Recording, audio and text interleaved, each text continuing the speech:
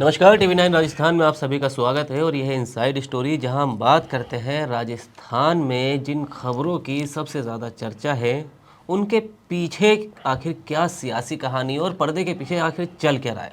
तो देखिए, कल जयपुर बूंदी ग्रीनफील्ड एयरपोर्ट का शिलान्यास होना है। एयरपोर्ट का शिलान्यास तो अब हो रहा है 2026 मार्च के महीने में, लेकिन इसकी जो पटकथा है वो सल 2013 से भी पहले से चली आ रही है। एक लंबे वक्त से इसकी मांग हो रही थी। तब भाजपा सरकार में, जब वसुंधरा राजे की सरकार थी, तब इसकी बात सामने आई, ज़मीन की बात सामने आई कि ज़मीन देखी जा रही है। उसके बाद अशोक गहलोत की सरकार आई, वहाँ क्या फाइल ठंडे बस्ते में चली गई, और फिर उस गहलोत सरकार ने क्या काम किया। और अब जब भजनलाल शर्मा सरकार कोटा एयरपोर्ट का शिलान्यास करने वाली, उससे ठीक एक दिन पहले पूर्व मुख्यमंत्री अशोक गहलोत एक पोस्ट करते और उसमें वो भजनलाल शर्मा सरकार को घेरते हुए नज़र आते, कुछ नसीहत देते हुए नज़र आते। और उन्होंने एक लंबा चौड़ा पोस्ट किया जिसमें उन्होंने जो मुख्य रूप से लिखा वो यही लिखा कि कल कोटा एयरपोर्ट का शिलान्यास होने जा रहा है, जिसकी पहल हमारी कांग्रेस सरकार ने की थी। राहुल गांधी कोटा में एक जनसभा के दौरान उन्होंने जनता से एयरपोर्ट बनाने का वादा किया था, जो हकीकत बनाने के लिए हमारी कांग्रेस सरकार ने 1250 एकड़ की ज़मीन कोटा में एयरपोर्ट के लिए 2021 में निःशुल्क आवंटित की। अब 2022 में यहाँ से बिजली लाइनों को शिफ्ट करने के लिए 120 करोड़ का बजट भी स्वीकृत किया गया। केंद्र सरकार की लेट लतीफ़ी के कारण ये प्रोजेक्ट करीब 4 साल तक अटका रहा। अब आशा है कि शिलान्यास के बाद इस काम को तेज़ी से पूरा किया जाएगा और उसका निर्माण गुणवत्तापूर्वक किया जाएगा। कांग्रेस सरकार ने चंबल रिवर फ्रंट जैसा विश्वस्तरीय प्रोजेक्ट देकर कोटा को टूरिज्म का हब बनाने का प्रयास किया, जिससे पर्यटकों की आवक को कोटा में बढ़ाया जा सके। हालांकि भाजपा सरकार की उपेक्षा इस के कारण रिवर फ्रंट में कोई रेस्टोरेंट नहीं खोल पाया और ना ही दूसरी सुविधाओं का विकास हुआ। तो ये मुख्य रूप से बात है।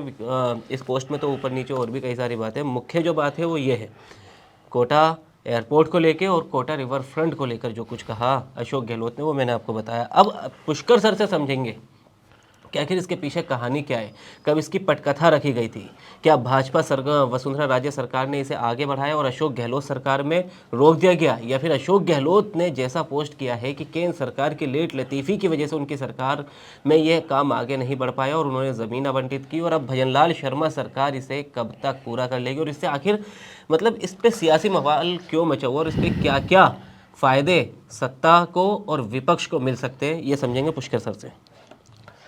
देखिए, कोटा आप समझिए इसको, कोटा में किस तरीके से पिछले 20 सालों में वो एक नेशनल हब बना है स्टडी का जी।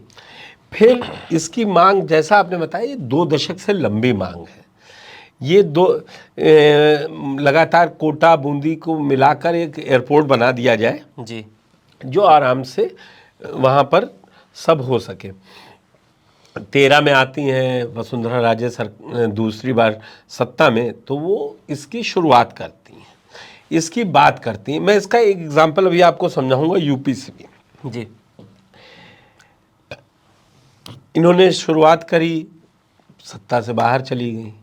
अशोक गहलोत को लग रहा था, अच्छा कोटा बूंदी के क्षेत्र के आसपास से शांति धारीवाल भी आते हैं जी, कोटा से ओम बिरला आते हैं। अभी आपको एक किस्सा सुनाते हैं। 21 अक्टूबर में, जिस दौर में कोविड काल था, वर्चुअल उससे इन्होंने एक करीबन 1250 करोड़ रुपए की ज़मीन आवंटित कर दी थी जी, कि हम दे रहे हैं, इस पर जब चाहे तो सरकार अपना वो एयरपोर्ट खोल ले। उन्होंने वहाँ जो आपने पोस्ट में पढ़ के सुनाया कि बिजली के तारों को हटाने का काम, सारा काम, मतलब अब वो केंद्र में थे नहीं जी, तो दिखाना था, प्रोसेस शुरू करवा दी। लेकिन इसको 23 और 24 में, 23 के लास्ट या 24 की शुरुआत में जब चुनाव में आ गए, जीत गई भाजपा, तो इसने इसको मंजूरी दे दी। बोले हाँ, कोटा में एयरपोर्ट खुलेगा। जी, कोटा में एयरपोर्ट खुलेगा तो तुरंत ही भजनलाल सरकार ने, तो आप देखेंगे कई खबरें आती हैं कि भजनलाल सरकार के समय में डीपीआर तैयार हुआ, ये हुआ। बिल्कुल सही बात है, क्योंकि एयरपोर्ट खोलने की मंजूरी तो केंद्र सरकार को देनी थी।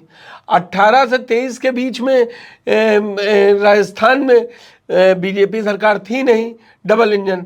तो उन्होंने, आपको एक वाक्य सुनाता हूँ, मैं ऐसे ही रिसर्च कर रहा था तो बोले कि मैं ओम बिरला से बात करूंगा, मुख्यमंत्री ने मजाक के, जहां ओम और शांति की जोड़ी है जब यहाँ पे, तो फिर कहाँ दिक्कत आने वाली है, यहाँ तो बन के ही रहेगा।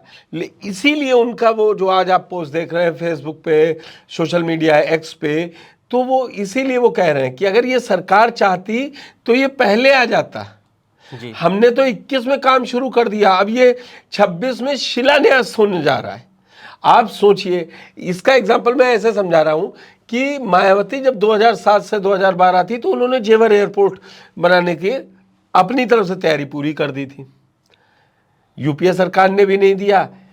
जब एनडीए सरकार आई तो उसने फिर डीपीआर फिर से तैयार करवाई जी।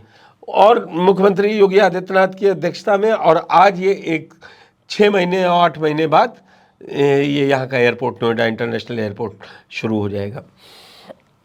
तो ऐसा ही ये एक देखिए, जब कोई चीज़ होती है ना, क्योंकि जब इसको बड़ा करेंगे तो आप जब प्रदेश की राजनीति करते हैं तो कांग्रेस ने या सीएम अशोक गहलोत ने बिल्कुल ठीक किया।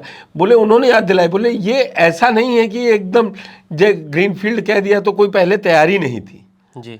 वो तैयारी थी और उसी के तहत ये काम हुआ। नहीं सर, अच्छा है, लोगों को आसान मिलेगा, सफ़र आसान होगा, यहाँ लोग आते हैं, इतना बड़ा कोचिंग हब है, एक कनेक्टिविटी आएगी। जी सर, लेकिन मैं ये समझना चाह रहा हूँ, देखिए राजस्थान में जो फिलहाल अगर एयरपोर्ट की बात करें तो ज़्यादातर जो बात होती है वो जयपुर, जोधपुर, उदयपुर, लेकिन जो ये यूपी की सियासत से जुड़ा हुआ है, ये उधर के विकास से जुड़ा हुआ है।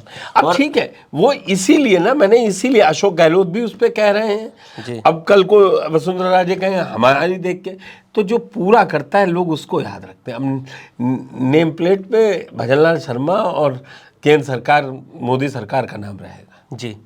तो देखिए, अब विपक्ष कितना इसे हाड़ौती की सियासत से जोड़ पाएगा और कितना इसका सियासी फ़ायदा उठा पाएगा, ये हम आपको सब TV9 राजस्थान पर बताते रहेंगे। और इसको सत्ता पक्ष का इसको कितना फ़ायदा मिलेगा ये भी हम आपको TV9 राजस्थान पर बताते रहेंगे, क्योंकि आने वाले समय में पंचायती और निकाय चुनाव होने हैं।